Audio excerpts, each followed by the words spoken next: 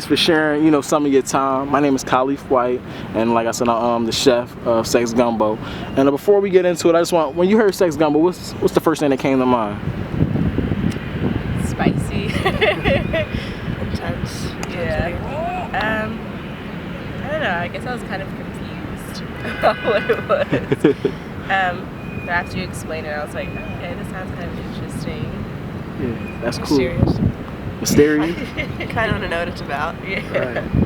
Well, you got the first hand look. You're actually going to join the pot, and just people are going to get, get a taste of it, I guess. So, I guess, can you introduce yourselves and kind of tell me how would you define love, ladies? Okay, so I'm Maria, and the way that I would define love is, you can't really define it, you kind of just live it, and you'll kind of know when you know, kind of thing. And I guess that's how I would define it. I'm Courtney, and I would define love as kind of something similar, just it just kind of like hits you, and I guess it's mysterious, but then once you fall in love, it's just like, oh, okay. It's like a life-changing event, I guess. And it's something that kind of sticks with you forever. It's nice. So, and you ladies remember the first time you fell in love? Like, how old were you? Like, can you kind of describe that time for me? How it felt? Just the whole, I guess. It was kind of like, I don't know, just kind of like everything, like I was like all happy all the time, and everything just kind of like made sense, kind of thing. I don't know how to really describe it. Yeah, I think it was just, you just always want to be with that person, and like you just can't get enough. Like I've heard people describe love as like, love is kind of like an addictive drug kind of thing. And before I fell in love, I was like, that sounds so stupid. Like, why would you ever want to be in love, whatever. But I was like, dang, like that's so true. It is, right? So I guess with that being said, like love, obsession, and infatuation, is there a similarity between them, or difference, or are they one and the same sometimes, or? I feel like I'll get back to like the addictive drug thing that you were saying. Yeah. And how like you're like obsessed with like a drug, like you can like never really get enough. Like I feel like in that sense they're all similar. Yeah, I feel like they could be different too, though. Like if take a certain extreme, I guess. Yeah, like if you start with the obsession before you have love, then it's just like, yeah. That's terrible. You gotta walk away. You gotta walk away. It's like love without any real reasoning, I guess you would say. It's not love, it's just obsession. It's like when it's unhealthy and it's not Predator and prey. Yeah. Like it's taking over your life in a negative way. Right, that's true. So what about, I guess, the first time you may have fell out of love? Like, how was that in comparison adversely from, falling into love, I guess? Pretty hard, I guess. Hard to adjust. It was just different. I mean, I guess like when you're in love, like you see, like you don't really see a lot of other things that are happening around you or any other problem that you have, and then when you fall out of love, like everything just hits you at once. I feel like that's the worst part. And then you just start coping with everything else, and then eventually you'll get used to everything else that you have around you, and you'll like forget the fact that like you fell out of love.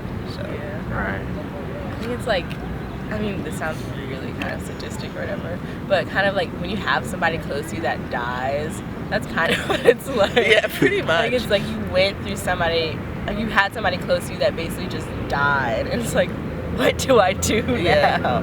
And you basically have to like, I guess just reinvent your life kind of, and just do things completely differently than you would have before. And I don't know, that's also like another life-changing experience. And learn from it. Yeah. Right, yeah. See, yeah, I guess, what did you learn from maybe your first time falling out of love? You know what I mean? Like something personal that you might have learned about love. Yeah. I don't know. I learned just to like keep my circle of friends a lot bigger than I did. Like when you fall in love with people, you kind of just like exclude everybody else. That is true. Yeah. So I'm just like, other people still matter when you're in love. It's not just that one person. And don't limit. I feel like when you're like making options, don't limit yourself to everything that person like liked. Could like just kind of like expand your horizons, like you said, and like be open-minded about everything, kind of thing. That's good. I got some great insight. So, like, what sort of qualities like do you look for, like, in a guy, or what, or a person that you're in love with? Like, what sort of qualities would they have? I should go with physical qualities, but to be more to be more insightful, just someone that's like really like accepting, I guess, and like open-minded, humorous, funny, exciting, passionate about adventurous. life. You can't be boring. Right. Smart. That'd be nice. That'd be right. Somebody with a brain. Nah. Yeah, I think that's about it. That's a pretty good list.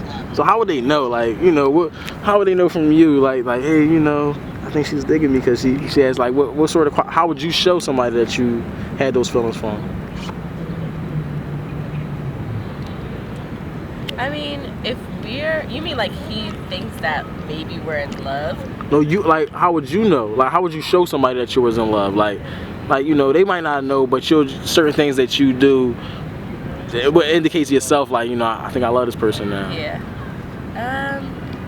I don't know. Well, for me, I feel like I'm not really like I don't show my feelings. I feel like it'll get to the point where you like start sacrificing stuff for them, and just like you said, like you exclude everyone else, and they get to the point where just you're with them all the time. I feel like that's the point where they'll be like, okay, yeah. I love you. Yeah, like at that time, they should know me well enough that just like you will feel when like it's like that. Yeah. But up until then, it's just like, I don't know. Yeah. Don't think too much about stuff. I'm not seeing anyone else today, and you're not seeing anyone else today. Right. So that's pretty. I think that's a good thing. Like, so, like, any advice you got out there for people that's like looking for love, or you know, trying to find love out there? Any sort of tips that you? Yeah, I was gonna say exactly. Don't look for it. Just It won't happen. don't look for love. Just like try to get yourself into as many things as possible. Like completely like side subject. Like I don't know, just like activities, or, like, traveling, stuff like that. And it'll just happen on its own, kind of thing. Agreed. So, like, you know, say if somebody was to set a lovely or romantic setting, like a mood or something.